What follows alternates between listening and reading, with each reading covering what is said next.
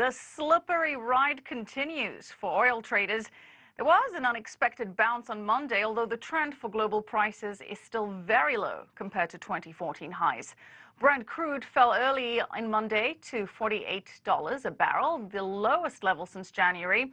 It did, however, tick up by the end of the trading day to just above $50 a barrel. Now, that was partly due to rumors that OPEC, oil-producing countries, may be holding an emergency meeting. But two delegates say it's unlikely to happen before a scheduled gathering in December. OPEC decided on June 10th to keep oil pumping at the same rate, despite calls for cuts from some non-Gulf producers. Officials have shown no signs of halting the glut, saying they expect rising demand to stabilize prices. And OPEC Secretary General said he expected prices to level out in 2016.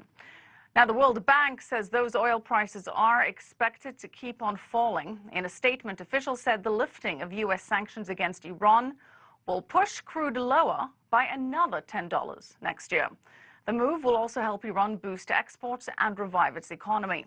The World Bank report also says the country's oil shipments will cut export earnings and revenue for other oil exporters.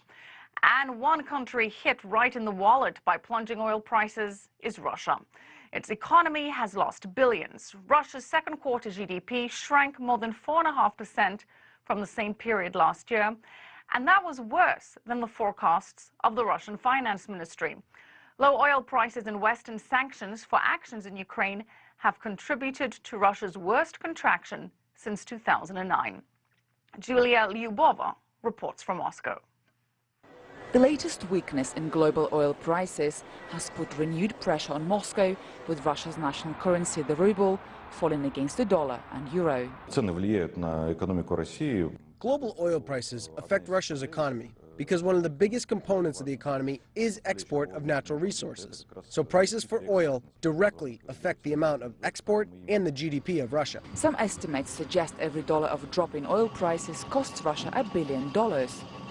With oil prices down from $114 a barrel last June, that would represent potential lost revenue for Moscow of over $50 billion. But Russia's problems may be set to worsen if the Iran nuclear deal agreed with global powers goes through and sanctions on Tehran are lifted. With Iran's return to the oil market, the oil prices might drop to something like $45, $46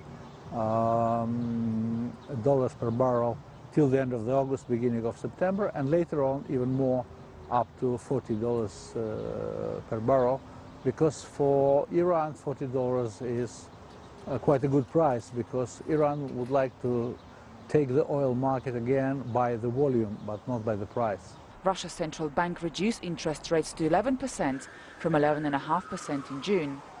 While this was fifth easing since January, it also represents the smallest cuts this year. The Russian government is facing a challenging task to control inflation, with the ruble rate so dependent on oil prices. The International Monetary Fund is predicting a slow recovery for Russia in the next year, but says it needs some deep reforms. Strengthening governance as well as cutting regulatory red tape would make a difference, as would better customs administration and reduced trade barriers. But oil prices and therefore oil revenues crucial to Russia's economy largely remain out of Moscow's control.